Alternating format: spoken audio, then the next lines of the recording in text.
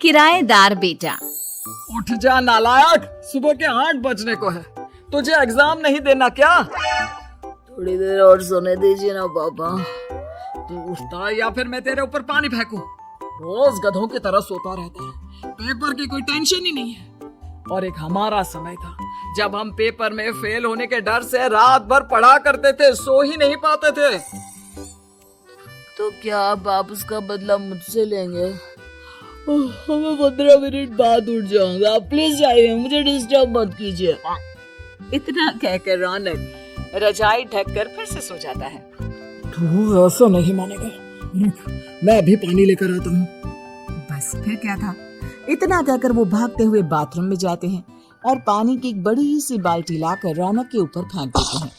पानी पड़ते ही रौनक झट से उठ जाता है। ये आपने क्या किया पापा? अब तू उठेगा नहीं तो यही करना पड़ेगा ना।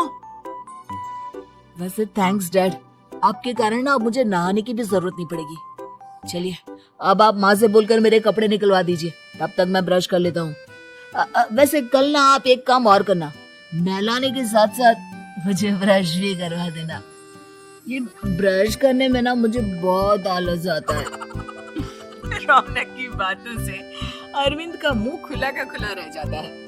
वो अपनी पत्नी कमला के पास जाता है और रौनक की हरकतों के बारे में बताता है, जिसे सुन उसकी पत्नी हंसने लगती है।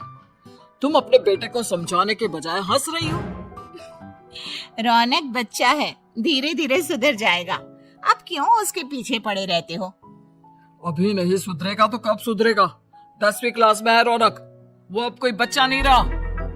अरविंद के इतना बोलते ही वहाँ रौनक भी आ जाता है। क्या डैड, मैंने आपको एक काम दिया था, वो भी नहीं हुआ आपसे। अरे क्या हुआ बेटा? माँ, मैंने डैड से बोला था कि वो आपको बोलकर मेरे स्कूल की यूनिफॉर्म निकाल दे, लेकिन मेरे पीछे पड़ने के अलावा इनसे एक काम ढंग से नहीं होता। देख रही हो कमला, देख रही हो अपने लाडले को? अरे आप चुप रहिए जी।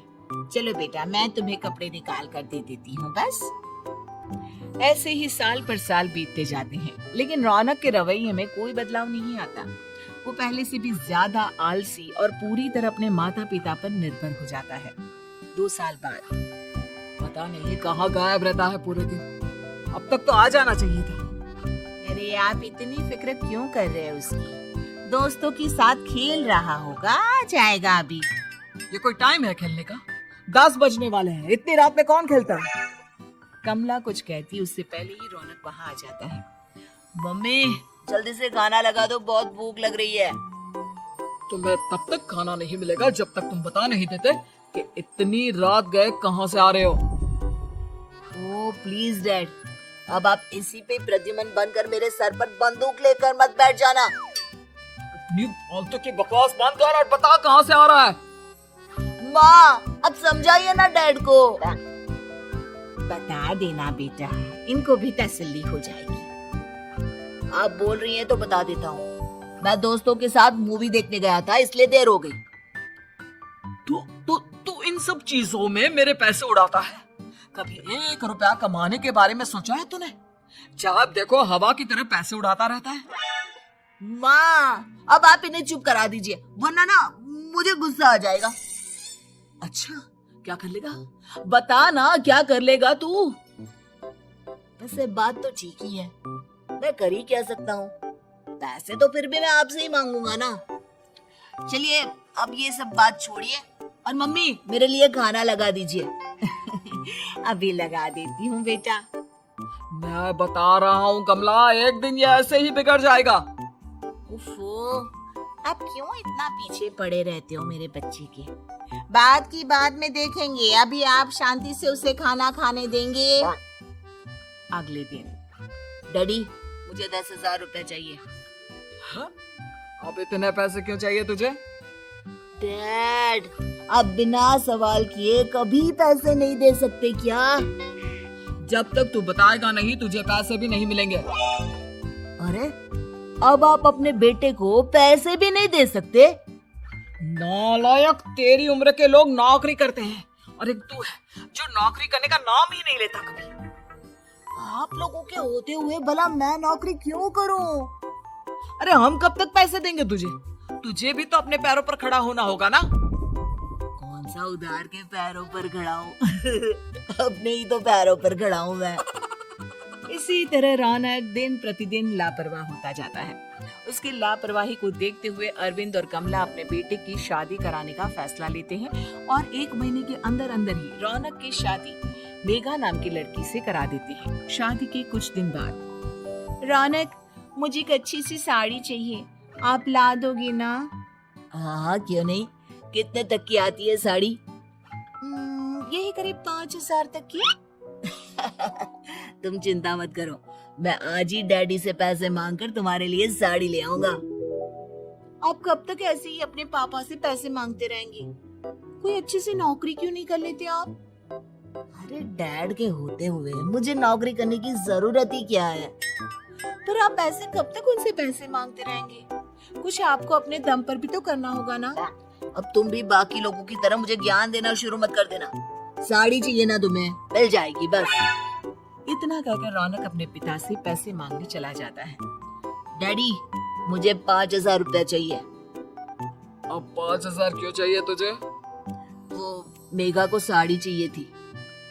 अरविंद आगे बिना कुछ कहे चुपचाप उसे पैसे निकाल कर दे देता है। कुछ दिन बाद, तुम्हें नहीं लगता कमला, रौनक हम पर पहले से भी ज्यादा डिपेंड हो गया है? मुझे तो अब उसके भविष्य की चिंता होने लगी है। कल को हमें कुछ हो गया तो वो क्या करेगा?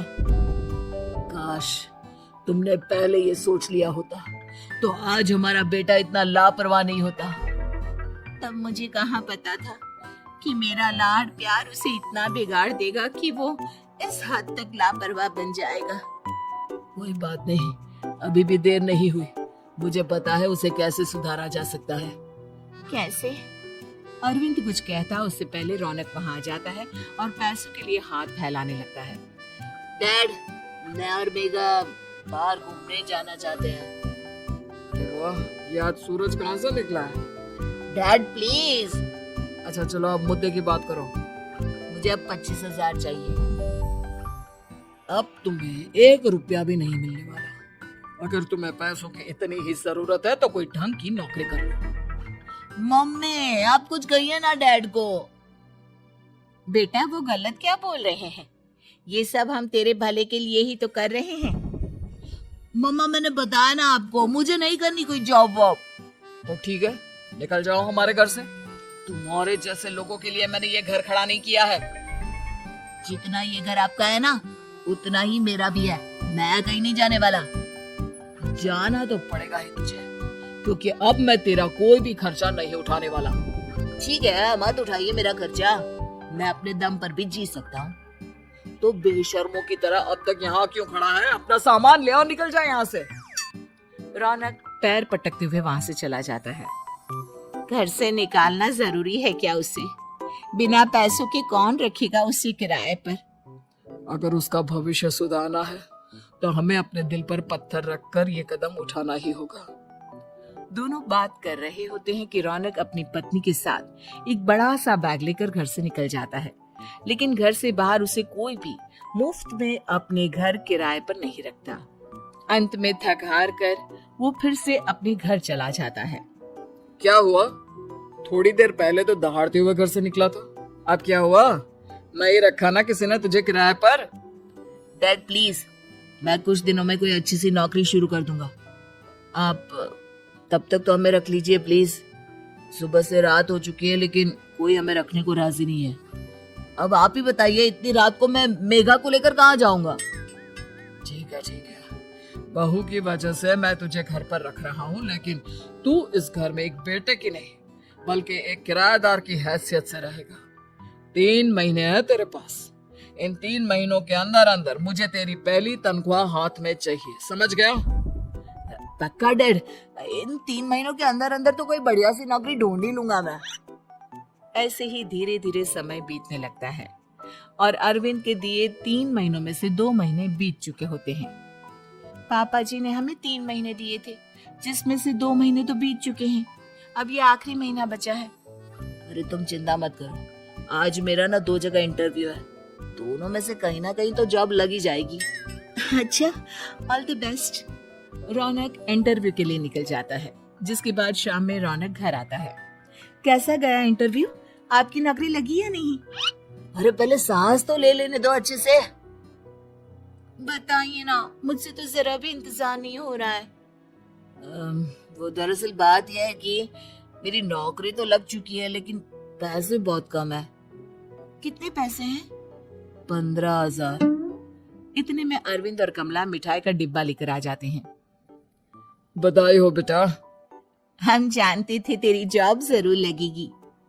लेकिन मेरी सैलरी बहुत कम है मम्मा।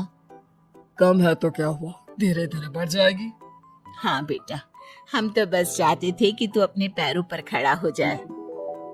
मतलब अब आप मुझे घर से नहीं निकालेंगे? नहीं, ये सब हमने तुझे जिम्मेदार इंसान बनाने के लिए किया था। Thank you mummy papa. अगर आप दोनों ऐसा नहीं करते तो मुझे कभी अपनी जिम्मेदारियों का एहसास तक नहीं होता। आज आपने मुझे सिखा दिया कि इंसान का अपने पैरों पर खड़ा होना भी जरूरी होता है। इतना कहकर रौनक झट से अपने माता पिता के गले लग जाता है और अपनी कमाई की पहली तनख्वाह वो अपने माता पिता के हाथ में सौंपता है। इस तरह रौनक एक गैर जिम्मेदार व्यक्ति से एक जिम्मेदार व्यक्ति बन जाता है।